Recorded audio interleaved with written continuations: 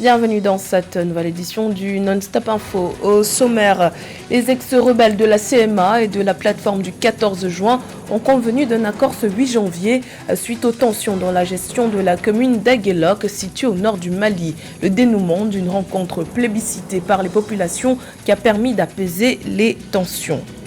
Au Bénin, l'opposition continue de militer pour le rétablissement de la constitution du 11 décembre 1990. La présidentielle du 11 avril 2021 approche à grands pas.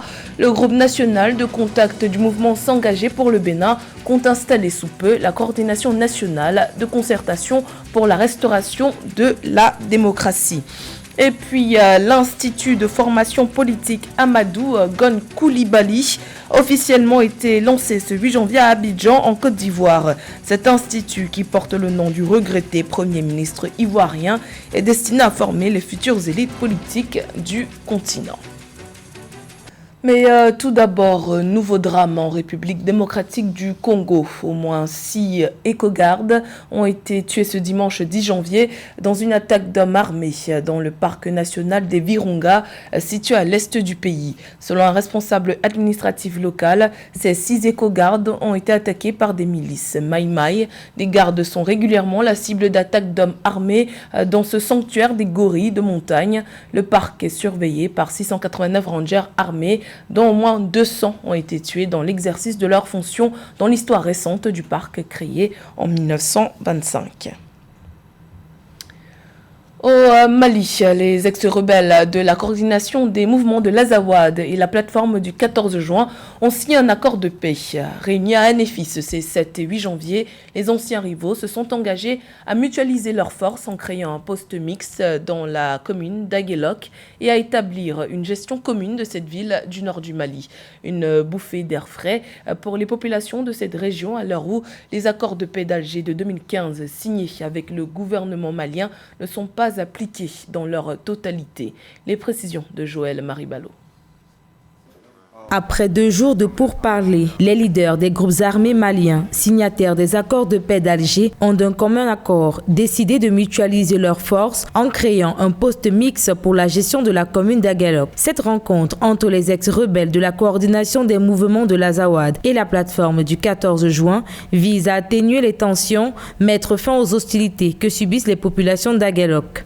La ville d'Aguelok est très symbolique dans l'histoire contemporaine du Mali, car c'est de là qu'est partie la déstabilisation en janvier 2012, orchestrée par les officiers touaregs venant de la Libye. Donc, depuis lors, il y a eu des dissensions au sein de ces groupes armés, ce qui fait que la signature d'un tel accord dans le cadre de la gestion de cette ville est une urgence, aussi bien pour la mission internationale présente au Mali et également pour le gouvernement du Mali. L'accord signé entre les ex-rebelles de la coordination des mouvements de l'Azawad et la plateforme du 14 juin ne s'applique que pour la gestion de la commune d'Aguelok, épicentre du conflit armé dans le centre du pays. Selon les médias locaux, la signature de cet accord contribuerait à une baisse des conflits et permettrait une cohabitation pacifique des populations. Nous sortons quasiment de près de 6 années de guerre, de tensions et de méfiance de part et d'autre. Donc les autorités de la transition concèdent alors que cette ville soit gérée par ces groupes armés et de manière provisoire et progressive, nous allons arriver à une situation de normalisation où la ville d'Aguelok sera alors dirigée par un gouverneur nommé par le pouvoir de Bamako en tant que tel. Donc il est hors de question aujourd'hui de généraliser cet accord au niveau national, et car cet accord est une dissension de l'accord d'Alger signé en juin 2015. Ce geste démontre la volonté des 2 mouvements de mettre fin au conflit dans cette partie du pays. Rappelons que depuis plusieurs semaines, les divisions entre les différents groupes se font ressentir à travers les conflits entre les communautés touaregs et arabes. Également dans l'actualité, vers l'ouverture d'un consulat américain dans le Sahara occidental. Les États-Unis ont officiellement lancé ce dimanche 10 janvier à Dakhla le processus d'ouverture d'un consulat dans la dernière des anciennes colonies africaines au statut non réglé que se disputent le Maroc et les indépendantistes du Front Polisario. Cet événement doit s'accompagner de la reconnaissance par Washington de la souveraineté marocaine sur l'ancienne colonie espagnole. Les États-Unis affichent ainsi ainsi une position contraire à celle de l'ONU qui considère le Sahara occidental comme un territoire autonome dans l'attente d'un statut définitif. Rappelons que les négociations politiques menées par l'ONU sur le statut de ce territoire désertique piétinent depuis des décennies. À moins de 3 mois de la présidentielle du 11 avril 2021, l'opposition béninoise affûte ses armes pour aller à la conquête du fauteuil du palais de la Marina. Plusieurs initiatives sont annoncées par l'opposition, notamment l'installation de la coordination nationale de concertation pour la restauration de la démocratie qui devra être effective fin janvier 2021. Les détails dans ce reportage de notre correspondant Lefty Ono. Conformément au calendrier électoral établi par la Commission électorale nationale autonome Sénat, les dépôts de candidatures comptant pour le scrutin présidentiel du 11 avril 2021 au Bénin sont attendus du 1er au 4 février 2021. Un calendrier électoral qui se déroule dans un contexte caractérisé par une crise politique liée aux lois électorales controversées établies depuis 2 ans. Cependant, les partis d'opposition, mouvements politiques et organisations de la société civile multiplient des adresses à l'endroit du chef de l'État Patrice Talon en vue de la tenue d'un dialogue national et appellent au rétablissement de la Constitution du 11 décembre 1990. Loi fondamentale qui incarne le renouveau démocratique et le consensus national, modifié par 83 députés, tous de la mouvance présidentielle, dans la nuit du 31 octobre au 1er novembre 2019. Si la démocratie n'est pas restaurée, vous imaginez que vous pouvez aller aux élections avec les lois drones là, les lois cousues à la taille du président Talon? Vous pensez que c'est une élection qui s'en va s'organiser? Je ne pense pas. Il faut que les lois qui nous amènent aux élections soient des lois consensuelles, des lois qui nous permettent, si nous gagnons, d'être de bons gagnants, si nous perdons, d'être de bons perdants. Dans le cadre de la présidentielle d'avril 2021, le parrainage des candidats de l'opposition devra être donné par 16 députés et ou maires acquis à la cause du président Patrice Talon. Une situation qui demeure peu probable selon des observateurs. Réunis au sein du groupe national de contact, l'opposition appelle à l'organisation d'une assise nationale. Il nous faut une liste électorale auditée, il nous faut une loi électorale qui ne fasse pas de la ségrégation, il nous faut des lois, des tests qui incluent tout le monde. Nous travaillons pour que les élections soient faites dans des conditions démocratiques. Après la célébration du trentenaire de la Constitution du renouveau démocratique en décembre 2020, acteurs de la société civile et politique, à travers le groupe national de contact du mouvement S'engager pour le Bénin, s'activent pour une élection transparente, juste et équitable. L'installation de la coordination nationale de concertation pour la restauration de la démocratie sera effective le 28 janvier 2021. L'Afrique a désormais sa propre école de formation politique. Il s'agit de l'Institut de formation politique Amadou Gon Coulibaly, lancé le 8 janvier 2021 par les autorités ivoiriennes. Cette école aura pour vocation de former les élites de demain en politique et bien d'autres domaines. Découverte dans ce sujet d'Ange Noménio. Les Côte d'Ivoire misent désormais sur la formation politique de ses élites. Le pays a mis en place une école sous-régionale le 8 janvier 2021 au cours d'une cérémonie solennelle qui a vu la participation de plusieurs personnalités politiques. Dénommé Institut de formation politique Amadou Gon Coulibaly en hommage à l'ancien Premier ministre ivoirien décédé en juillet 2020, l'institution se positionne comme le creuset de la formation politique en Afrique. L'Institut de formation politique Amadou Gon Coulibaly, qui a une vocation sous-régionale, développera 2 grands types de formations au profit de plusieurs centaines de jeunes par an. Une sous la forme de séminaires, avec 192 heures sur 6 mois, qui s'adresseront à des jeunes militants des partis politiques et de la société civile âgés de 16 à 35 ans.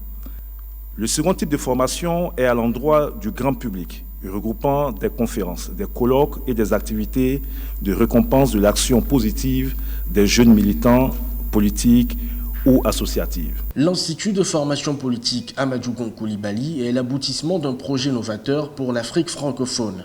Selon les autorités ivoiriennes, l'Institut Amadou Gon Coulibaly est la première école de formation politique à vocation sous-régionale. Je voudrais saluer l'initiative de la création de l'Institut de formation politique Amadou Gon Coulibaly. Plus que jamais, gouverner est une épreuve et un sacerdoce, tant nous sommes quotidiennement confrontés à des défis et enjeux multiples, complexes, inédits et imbriqués, dont le spectre couvre de l'infra-étatique au supranational. L'Institut de formation politique Amadou Gon Coulibaly est situé en plein Abidjan, 6 au plateau. Elle a une capacité d'accueil de plus de 1000 étudiants et va être animée par plusieurs professeurs venus du monde entier. Au Kenya, 86 médecins ont été licenciés sur décision du gouvernement. Des médecins qui n'ont fait que s'insurger contre les mauvaises conditions de travail qui se sont davantage dégradées durant la crise sanitaire de la Covid-19.